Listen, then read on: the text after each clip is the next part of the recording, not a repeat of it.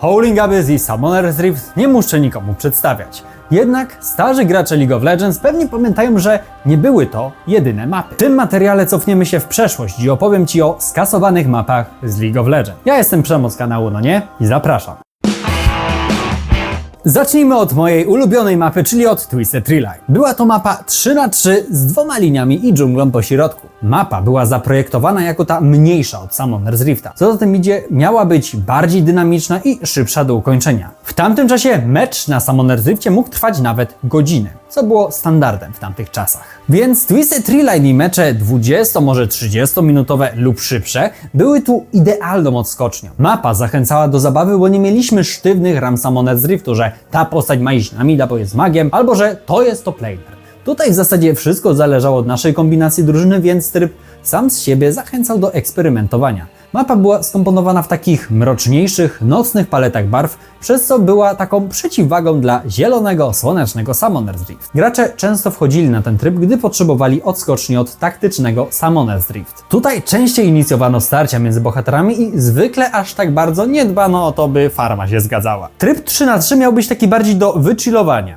No i poniekąd taką mapą na tak zwaną ostatnią gierkę. Tryb był na początku bardzo popularny, no jakby nie patrzeć, druga mapa. Riot, widząc zainteresowanie, zaczął szybko poprawiać ten tryb, przez co na przykład przy Nexusie nie były dwie, a tylko jedna wieża, a super miniony zadawały więcej obrażeń, co miało jeszcze bardziej przyspieszyć grę. Później Twisted Tree Line przestał dostawać update'y. Dlaczego? Riot wtedy nie był tak dużą firmą jak dzisiaj, więc wolał swoje niewielkie zasoby ludzkie przeznaczyć bardziej na rozwój Summoner's Rifta i projektowanie nowych bohaterów. Ale po paru latach, kiedy Riot zaczął się rozwijać, Twisted Tree Line dostało rework. Na mapę doszedł kultowy stwór Wilemaw, czyli taki pajęczy odpowiednik Barona Nashora. Dodano też ołtarze, które po przejęciu dawały drużynie bonusy i były takim miejscem, gdzie częściej inicjowano teamfighty. Oprócz tego duchy z tych ołtarzy dodawały tutaj aspektu lorowego i dodawały swoimi tekstami więcej tajemnicy do mapy Twisted Tree Line. Służę ci, bo muszę.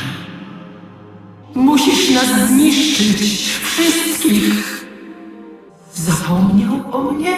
Mapa została wycofana w 2019 roku, a Riot Games uargumentował to tak, że grało za mało graczy, to się nie opłaca. Z drugiej strony zauważcie, że w tym okresie 2009-2019 były raptem dwa większe update'y. No i tutaj należy zadać pytanie, czy niska popularność Twisted Tree Line wynikała z tego, że graczom się przejadło, czy może kwestia tego, że Riot nic nie robił z tą mapą. Meta cały czas była tam taka sama i były te same bany. Odejście Twisted Tree Line zabolało niejednego gracza z tamtego okresu. Jako nagrodę pocieszenia dostaliśmy może jakąś ikonkę i graffiti, jeśli zagraliśmy odpowiednią ilość meczy. Spadek popularności wynikał też z tego, że mapa przez brak update'ów odstawała wizualnie od reszty gry. Nie jestem typem gracza, który patrzy na grafikę, bo dla mnie w grach przede wszystkim liczy się to, co powinny mieć dobre gry, czyli dobry gameplay. Grafika jest dla mnie miłym, ale nieobowiązkowym dodatkiem. Ale wiem, że jest masa osób, które tylko na to patrzą i nawet jeżeli gra jest dobrze zrobiona, dostarcza solidny gameplay, no to nie zagrają w nią, bo grafika jest brzydka czy coś takiego. Jak to się śmieje, pilnują, żeby im stare gry oczek nie wypaliły. Innym powodem utraty popularności było to, że wtedy mieliśmy już tryb ARAM.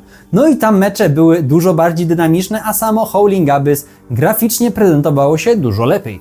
Więc można powiedzieć, że ARAM zdetronizował Twisted Tree Line jako ten tryb odskoczni od Summoner's Rift. Tak samo jak Howling Abyss pogrzebało arenę treningową. Zanim Riot wydał Howling Abyss, mapę z jedną aleją pełniła arena treningowa. Była to mapa, na której rozgrywaliśmy samouczek League of Legends, a także tryb niestandardowy, gdzie mogliśmy na przykład zmierzyć się ze znajomymi. Jako ciekawostkę zaznaczę, że tryb ARAM był wtedy dostępny jedynie w trybie gry niestandardowej. Układ wież i krzaków w zasadzie był taki sam jak na Howling Abyss i był to po prostu rework tej mapy. To, za co warto pochwalić arenę treningową, to narracja, na którą już od samego początku nastawiał nowego gracza. Chodzi mi o to, że zamiast takiego generycznego "witaj w samouczkę League of Legends", mieliśmy takie wręcz podniosłe "witaj na arenie treningowej, przywoływaczu". Dzisiaj przywoływacze są już poza kanonem, niemniej mapa wprowadzała nas w klimat gry i pod warstwą takiej narracji prezentowała nam mechaniki i zasady gry.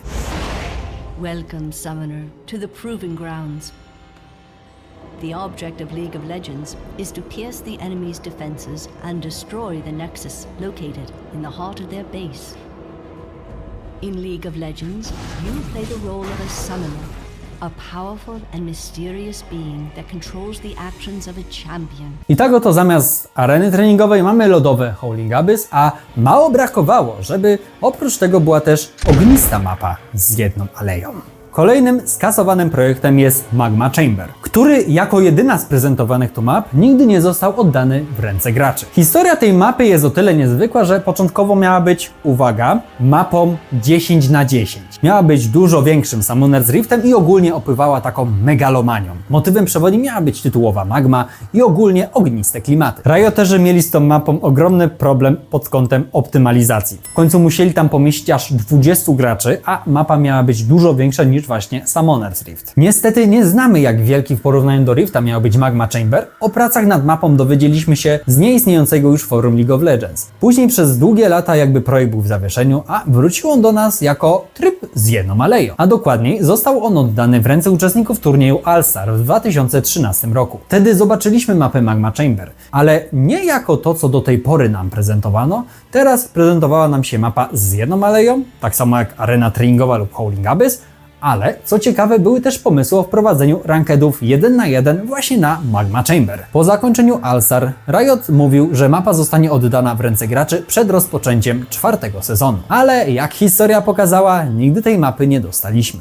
Powodem mogła być tutaj niedawna premiera Howling Abyss, więc nic dziwnego, że Riot nie chciał dawać de facto 2 map z jedną aleją w podobnym czasie. Jest to zrozumiałe posunięcie, chociaż nie ukrywam, rankedy 1×1 mogłyby być czymś bardzo ciekawym. Wtedy moglibyśmy zobaczyć, ile naszych przegranych rzeczywiście wynikało z Jungle Div albo że bot nafidował, a ile faktycznie od naszych osobistych umiejętności. Może powstałoby tutaj określenie Minion Div czy coś takiego. W końcu umiejętności każdego gracza League of Legends są czyste i nieskazitelne jak kryształy, jak na przykład te z Crystal Scar. Pora na legendarny tryb Dominion, który odbywał się na mapie Crystal Scar. W ramach tego trybu zdobywaliśmy punkty kontrolne. Nie mogliśmy bezpośrednio zniszczyć Nexusa wroga, a zamiast tego na górze ekranu były punkty zdrowia Nexusów, które moglibyśmy zbić. Między innymi za zdobywanie punktów kontrolnych lub zabijanie przeciwników. Był to taki Capture the Flag od Riot Games. Na mapie mieliśmy 5 takich punktów kontrolnych rozsianych na planie koła oraz dżunglą między nimi, której mogliśmy znaleźć apteczki i inne bonusy. Największym problemem Dominiona była jego niejasność od samego początku. O ile tryb 5×5 na Summoner's Rift był nam od początku wyjaśniany przez różne samouczki, tak na Dominiona w sumie wchodziliśmy i nikt nie wiedział, co robić. Zdecydowanie zabrakło tu wprowadzenia lub jakiegoś samouczka, który mógłby wprowadzić nas w ten tryb. Wiele rzeczy tu było niejasne lub nieintuicyjne, przez co pomimo początkowej euforii nowym trybem tracił on popularność tak szybko, jak ją zyskał. Co więcej, sporo osób, w tym ja na przykład, dużo rzeczy o tym trybie dowiedzieliśmy się, co ciekawe, po już jego wycofaniu niż w jego trakcie, więc niech samo to będzie dowodem, jak niejasny był ten tryb. Tryb był dostępny w latach 2011-2016.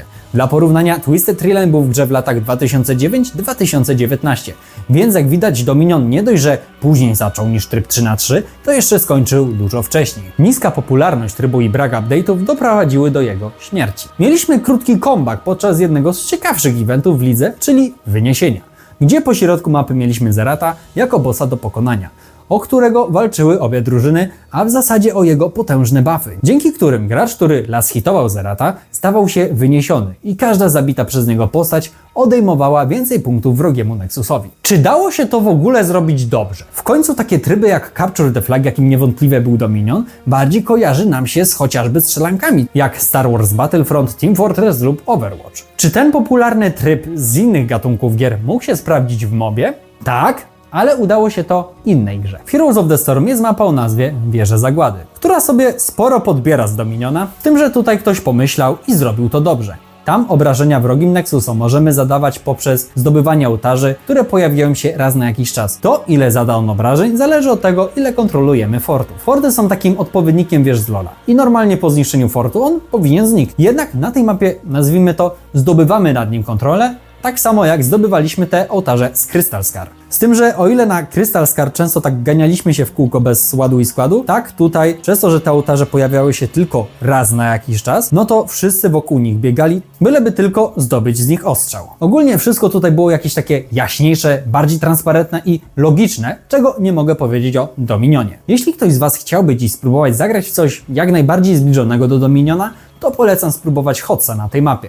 Zwłaszcza jeśli podobnie jak ja lubicie uniwersa Blizzarda jak Warcraft, Starcraft, Diablo lub Overwatch. Można powiedzieć, że Blizzard zrobił takiego swojego Dominiona, ale w odróżnieniu od Riotu zrobił to dobrze. W tym sensie, że przeniósł tryb Capture the Flag na płaszczyznę gry MOBA. Tyle ode mnie, to były usunięte mapy z League of Legends. Jeśli Ci się podobało, proszę o zostawienie łapki w górę dla zasięgu. Na podstawie tego będę też wiedział, czy warto na przykład poruszyć inne tematy z League of Legends, jak na przykład wycofane tryby gry, których tutaj nie wspomniałem, takich jak chociażby Odyseja. Kanał prężnie się rozwija, więc jeśli jeszcze tego nie robisz, zostaw suba na kanale, a ja w zamian będę dostarczał coraz bardziej dopracowane filmy. Widzimy się już niedługo przy okazji kolejnych filmów. Do zobaczenia!